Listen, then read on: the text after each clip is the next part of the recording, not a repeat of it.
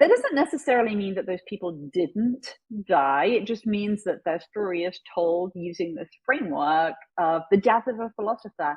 And I think what we have is a lot of different kind of cultural paradigms, a philosophical paradigm, a Jewish paradigm, um, that kind of even like a mythological paradigm. Think Achilles choosing death and glory over a long life and comfort, or Iphigenia, the daughter of Agamemnon, who sacrificed before the Trojan War.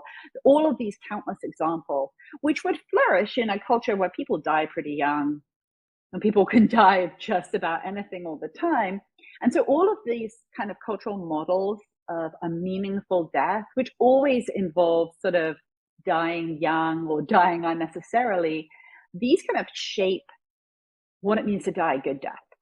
And so for early Christians, it was pretty natural to think that you might have a deity or you might have a cause that would demand that you die for it. Christians aren't like super special in this regard. There are all kinds of things that they're taking on in their stories. Wow. Now I want to ask you about Paul and Peter. When are these legends first showing up in the sources? About let's start with Paul since he's earlier. Is there evidence early on that Paul was killed? Was he crucified? What do you think? What are your thoughts on what happened to Paul? Or do we just not know? Uh, well, so, it's funny you say Paul's earlier. I know exactly what you mean. His writings are earlier. But the legend, the first reference to his death is actually to both Peter and Paul. It's in a text known as First Clement. It's a letter written by the inhabitants of Rome to people in Corinth, and it's attributed to Clement of Rome, who was supposed to be an early pope, but we don't really know that. Good And it point. refers to the deaths of Peter and Paul. I always kind of like when we're talking about popes, it's important to tell you whether or not we're really talking about a person being involved here. Um, so Peter and Paul, according to that text, died because of jealousy. And the word there implies kind of intra-ecclesial jealousy. Like there are people in the community who don't like them. And so for whatever reason, they end up dying. No reference to how they died, no reference to Nero, no reference to a fire of Rome, nothing. That's all we know. That's it. And then in the second century, we start to get martyrdom accounts written for both Peter and Paul. With Paul, the martyrdom legend says that he was beheaded. And after he was beheaded, which you would expect because he's allegedly a citizen, I have some questions about whether or not that's accurate, but Acts says he was a citizen, and so you can imagine someone writing a story after Acts would have him be beheaded because Acts has said he was a citizen. So he's beheaded, and milk apparently spurts out of his neck after he's beheaded. So that's our Paul legend. Is there any reason why they would write that with milk? Or does anyone have any thoughts on that? Or Yeah. So milk is associated in Greek philosophy with education, and Paul uses that image himself. He talks about before you have meat, you have milk. It's like your preface to like the real meat of heart of the subject. We do it in English too, like the meat of the matter or something. right, right. So it's about education. Peter is allegedly crucified upside down. Our earliest version of the story does say he was crucified upside down. In the case of Peter, this is because he's been sort of making a scene in the city of Rome, getting into trouble there. He's been telling people to be celibate, and this just never goes over well. In fact, this is a theme in all of the martyrdom accounts of apostles. They go around telling wealthy women to stop having sex with their husbands, and their husbands, who happen to be some of the most powerful men in the city, they obviously have those men's attention now.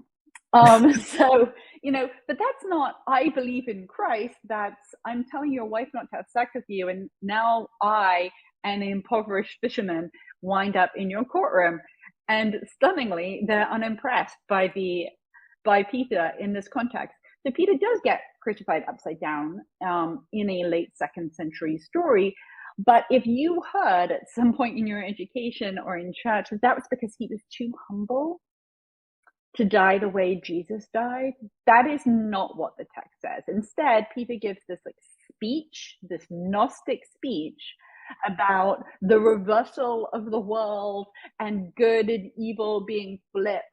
such that people don't know which way is up and down. And oh, look, I'm symbolically being crucified upside down as a kind of illustration of this point. The whole Peter executed upside down legend because he was too humble to die like Christ, that is from the 4th century. You have to wait another 200 years for that. Oh wow, so that's a really late. Um, Very late. what is the text that you're talking about from the late 2nd century? I am talking about, so the martyrdom of Peter is contained as part of the Acts of Peter, but there are actually 20 different versions of the martyrdom accounts of Peter and Paul that are out there, and they're collected together and translated in English now. OUP did an edition a while ago.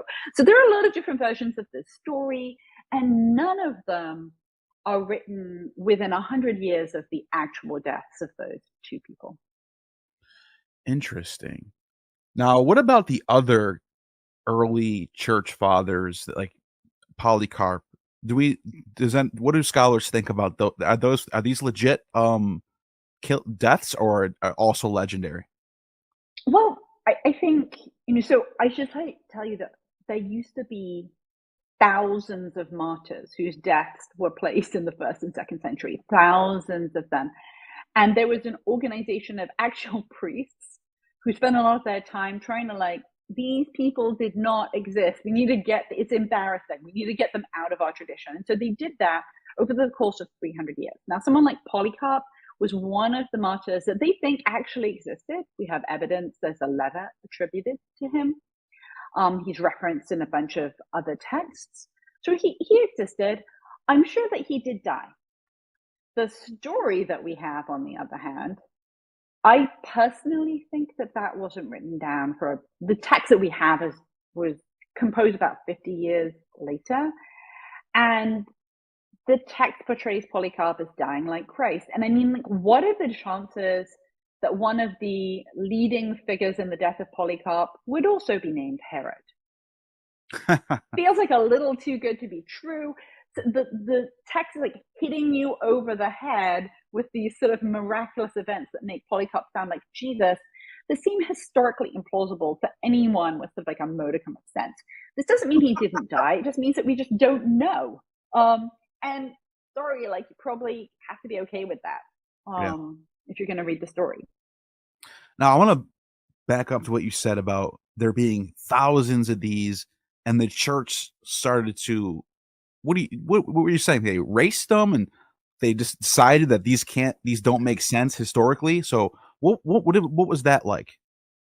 So when they started the Société des Bollandistes, as it's known, it started 17th century under a man called Jean Bollandus. And basically they were Luther kind of has a point.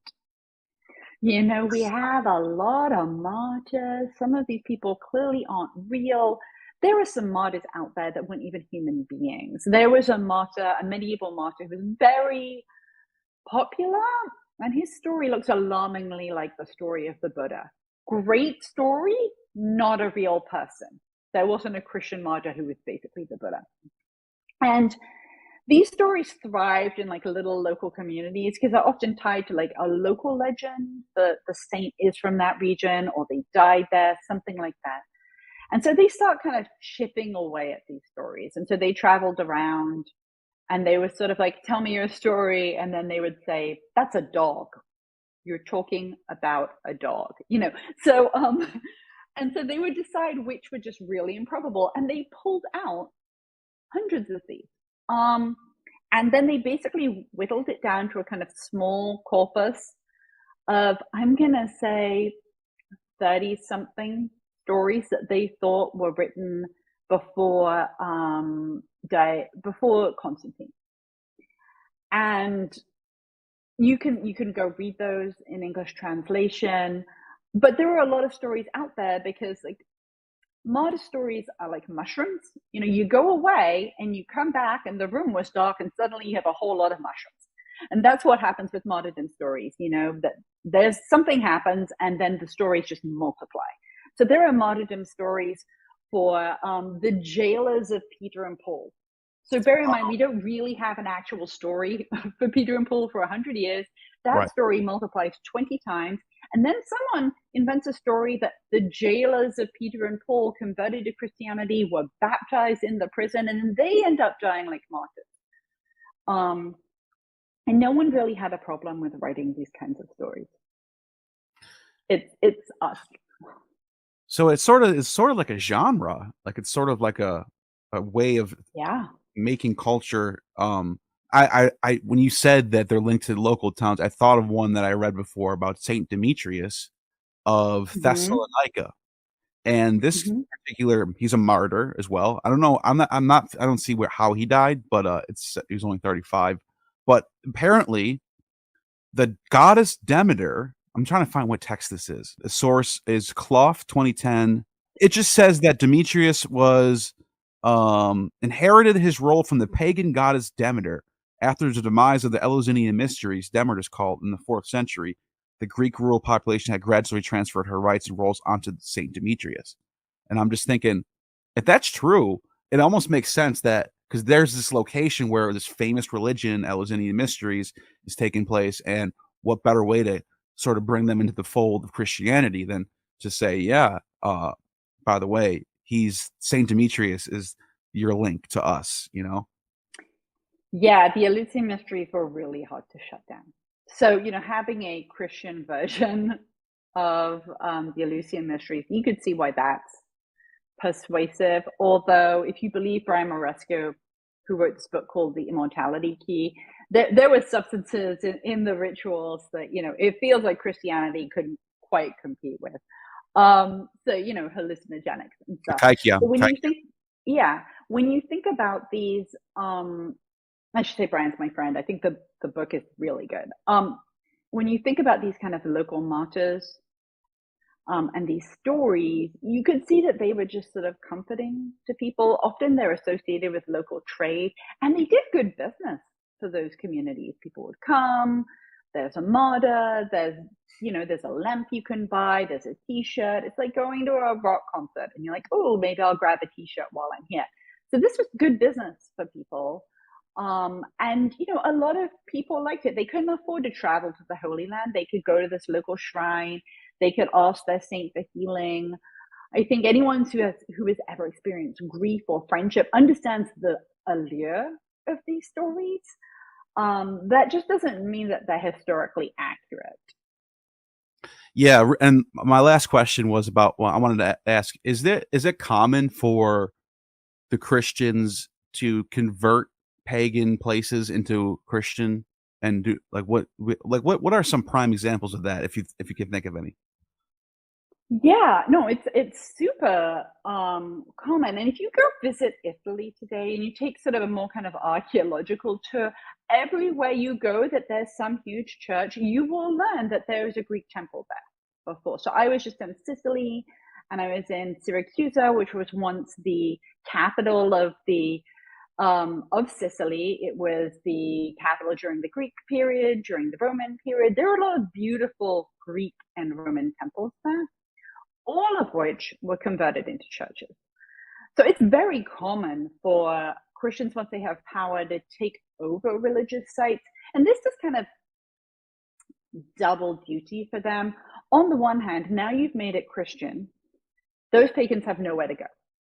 On the other hand, people who do come there, who are used to going there, are going to now participate in Christian rituals instead.